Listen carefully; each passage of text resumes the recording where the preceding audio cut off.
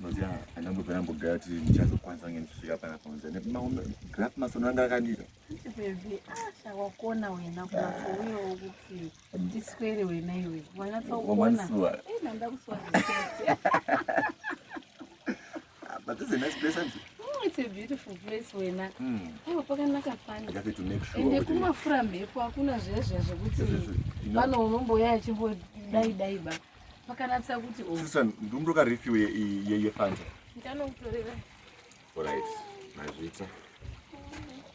Kai ndinoda kuti another coke. Oh, mumva mwangu tone coke. This is a nice place. Ndimwe bada zvakanaka. Chini kucho uri kuita pana wazwini? Unosona ndiri kuklina ere. Wazwini saka wauchiklina ere, wauchiklina isusu. Klina imene.